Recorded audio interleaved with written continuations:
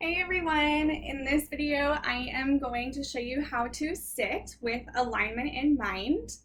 Sitting is so important, and it's something that I do in my yoga coaching with first-time clients, is going over how to sit with alignment in mind, because think of all the actions that you do throughout your day. So relaxing on the couch, sitting in a bucket seat while we drive, texting, driving, holding the wheel, on the computer all day. So all of those actions, we're sitting in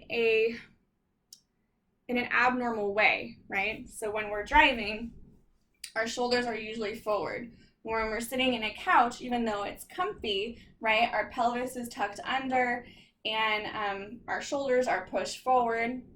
So if you think of over a lifetime, how many hours that's going to be within your life, really that's just molding your body to be in that shape over time as we age.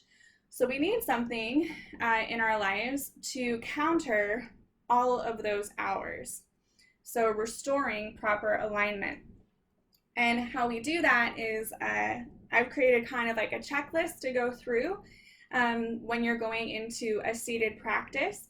And you can apply this checklist to really any seated posture within your yoga practice as well. So we're going to start with just sitting cross-legged, or your feet don't have to be crossed. They can just be right in front of each other. And we are going to start with our sit bones. So we want to bring awareness to the sit bones, and then we can begin to refine once we become aware of certain sensations. So I want you to rock, kind of tilt your pelvis underneath, right? So we're tilting back. You can hold onto your knees, and then you can begin to pull yourself forward as you begin to go towards the front.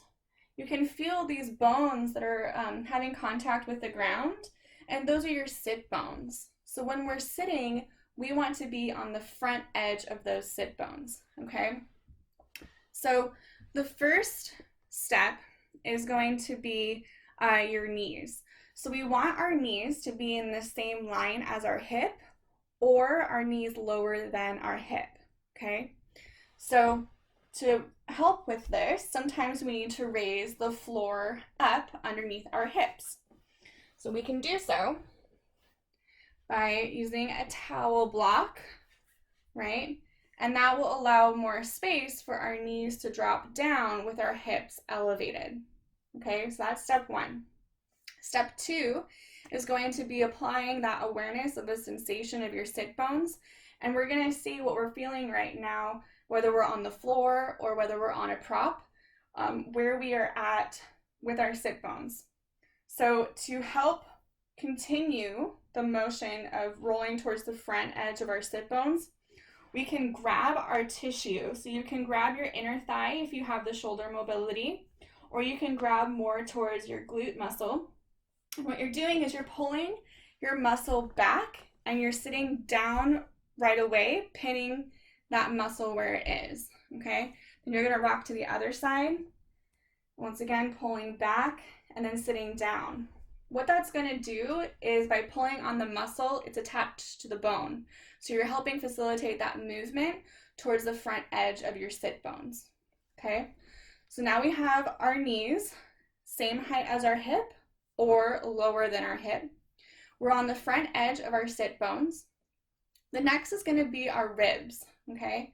So our body is very good at accommodating us when we want to do a certain action. Regardless if we have the mobility or not, it will pull from different muscle groups to get the action done.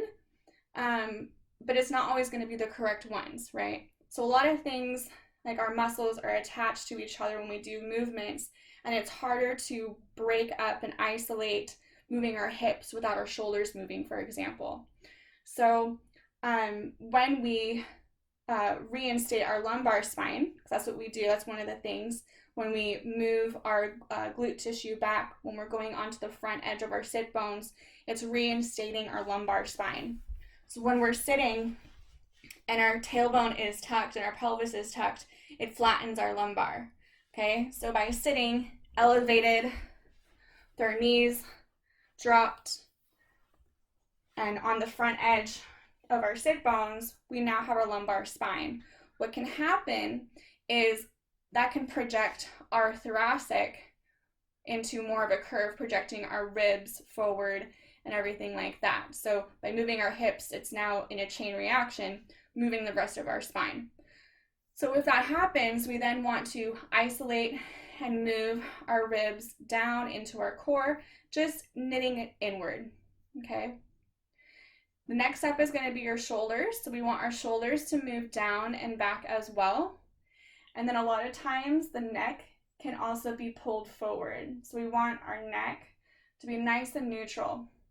And one way to get really good feedback about this is if you are against a wall, right?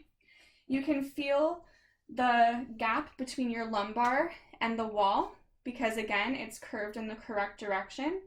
And then we have our thoracic, right? So we have our lower ribs all the way to the tops of our shoulders that are going to be on the wall. So we're constantly knitting our ribs down and back. So if we have a whole bunch of space, right, between the wall and our back in our thoracic rib area, we know that we need to work on knitting our ribs down and into our core nice and relaxed, okay? Now, what can happen is it can be fatiguing. So even though we are sitting, I don't want you to think, oh, I'm just sitting and this is so hard and beating yourself up about it, because think of all the hours and the actions that you're doing where your body is not technically in correct alignment, right? So you're asking your body to do something that it was built to do, right? But that is not really exercise. So this really is an exercise in sitting with alignment in mind, all right? So I want you to, now that we have our foundation of our knees, our hips, our ribs, and now we're working on our shoulders, I want you to bring your elbows into your ribs. So it's kind of like we're holding two trays, okay? And that's gonna allow you to isolate your shoulders a little bit easier and move them down and back into the wall. From there, you can then bring your hands forward and rest it on top of your thighs. If that's uncomfortable, it feels like there's too much distance between your hand and your thigh, then you can take a prop or a blanket, a rolled up towel, and then you have something to rest your arm and hand on, okay? Again, everything is having contact with the wall behind you, along with your head, right? So everything is stacked. Your neck is stacked above your shoulders are above your hips, everything on top of each other, okay? And you can do this for a couple of minutes a day, and then increase from there. It's great for meditation, for breathing practices, but it is a sitting exercise. So really, please cut yourself grace if you're feeling tired after a couple of minutes, and let you know that it's okay, and it's to be expected. And just remind yourself of and think of all the different actions that you do in the day where our shoulders are being pulled forward, where our hips are tucked under and our pelvis are tucked under, and just please give yourself grace, okay? So I hope this helps, and yeah, have a good one. Bye.